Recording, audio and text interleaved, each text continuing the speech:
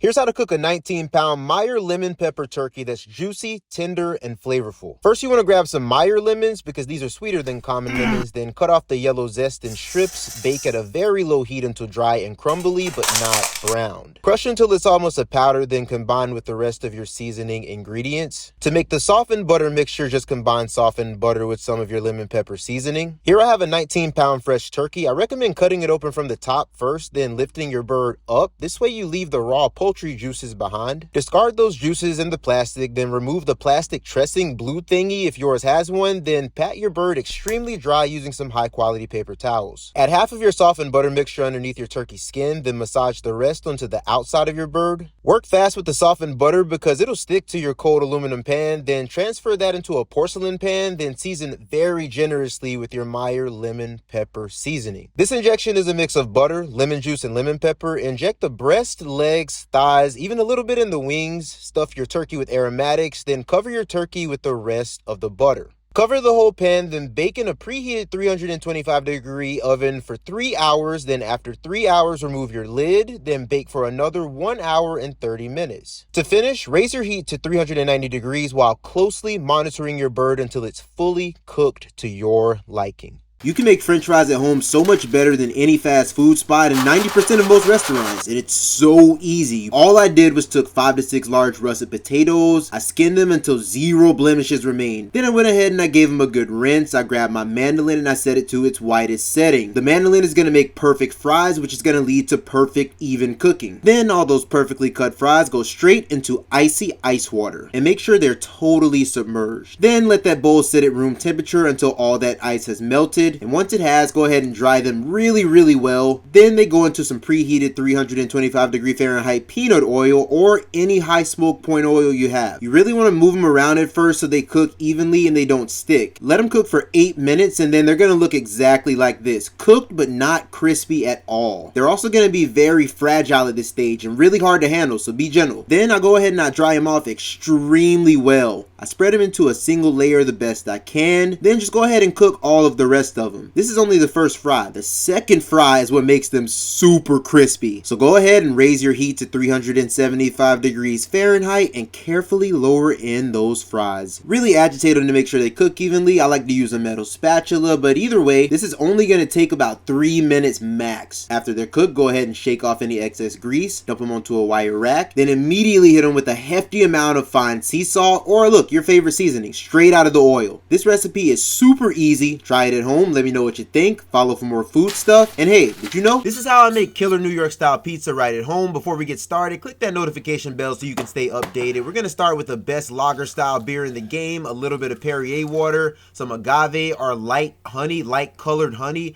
I'm going to put all of the ingredients in a description box. You want to mix all of those ingredients together until it starts foaming up. It's probably going to take 5 to 10 minutes. Then you're going to want to dump in your flour and you're going to want to mix that together in a separate bowl, create a well. Dump in your yeast mixture, then go in with your handy hands and you can go ahead and form that into a ball. I knead it for about 3 to 4 minutes. Then I in a separate bowl, I oil it up with about a tablespoon or 2 of olive oil. I cover it with a damp towel, and then we come back and when it looks like this, then it's gonna double in size. Then just cover it with plastic wrap and let it marinate in the fridge for at least 3 days.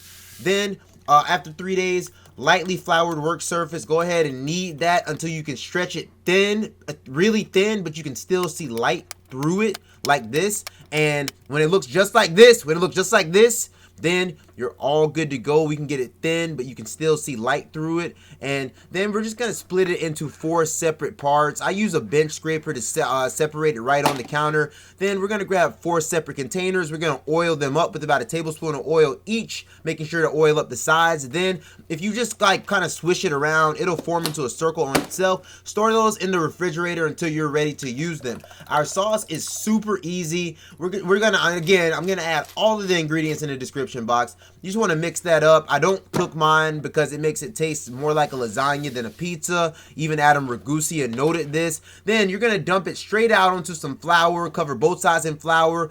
Then make sure to dust your pizza peel in flour as well. Then we're just going to pat it out. We're going to form the outer layer, the outer crust. Then we're going to go in with a little bit less sauce than you think you need. A lot of Parmigiano Reggiano. That's the secret. Is so much better than regular Parmesan. Then we're going to go in with some whole milk, low moisture mozzarella. This is a preheated pizza still. I preheated it at 550 degrees for 1 hour. This is going to cook super fast. And then as soon as you put it in, turn your oven to a high broil setting. As soon as you put it in.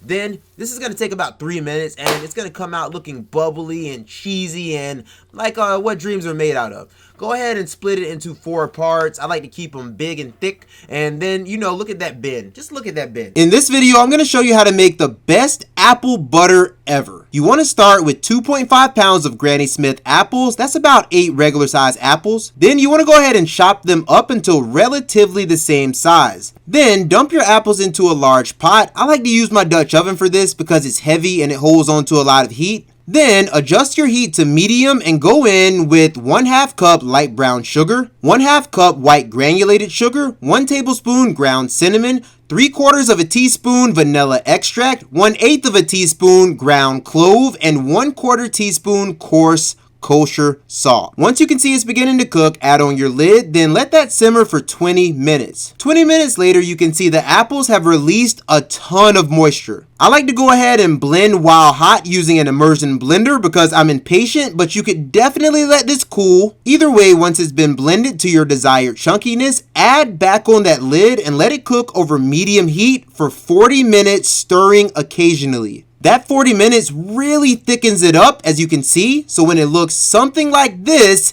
add in 1 stick of unsalted butter while it's still hot. As soon as that butter's melted, you're all done. Pour that into a clean glass jar, then immediately refrigerate. Refrigerate it. This is going to stay fresh up to 14 days. However, it's probably not going to last that long. Spread that onto some freshly baked artisan bread, and I just know you're going to love it. Here's how to make some absolutely amazing turkey breakfast sausage biscuit cups. So you want to start by adding a few tablespoons of butter and a pound of turkey breakfast sausage to a large medium-high heat skillet, then cook for 2 to 3 minutes just until your turkey sausage has some color on both sides. At that point, crush using a potato masher, then add in 1/4 cup of all-purpose flour. Cook for only 1 to 2 minutes. That's just to remove the raw flour taste. Then deglaze with 2.5 cups of whole milk and 1 tablespoon of heavy cream. Reduce your heat to a simmer, then stir until everything's well combined. Add in 1 and 1/2 cups more whole milk until it looks something like this. You want to season using salt, black pepper, white pepper, onion powder, garlic powder, and a touch of cayenne pepper, or at least that's what I recommend. Stir until well combined, then turn off your heat. Next, preheat your oven to 375 degrees Fahrenheit, then butter up a muffin tin. Add a large biscuit to each muffin spot, then season 6 eggs in a separate bowl with just salt and black pepper. Add freshly shredded sharp cheddar on top of your biscuit dough, followed by just a little bit of seasoned raw egg. If you add too much egg, you can absorb the excess using paper towels. Bake for 18 to 20 minutes or until the biscuit and egg are cooked to your liking. Then top each biscuit cup with a generous amount of turkey sausage gravy. Finish with chopped green onions.